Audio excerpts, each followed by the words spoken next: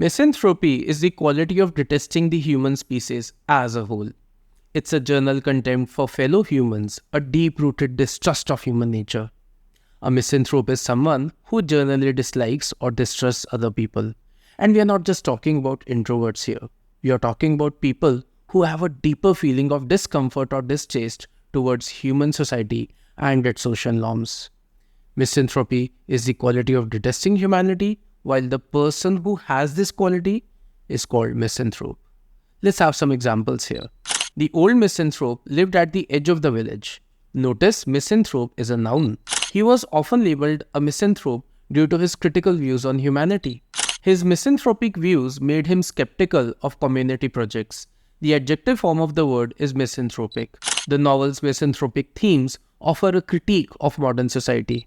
Laughing misanthropically, he dismissed their optimistic plans. Notice, misanthropically is the adverb. She viewed the charitable event misanthropically, doubting its sincerity. To summarize, misanthropy is the deep-rooted contempt and distrust of human species and its social norms. A person who harbors this sentiment is known as misanthrope. The adjective form of the word is misanthropic, and the adverb form is misanthropically.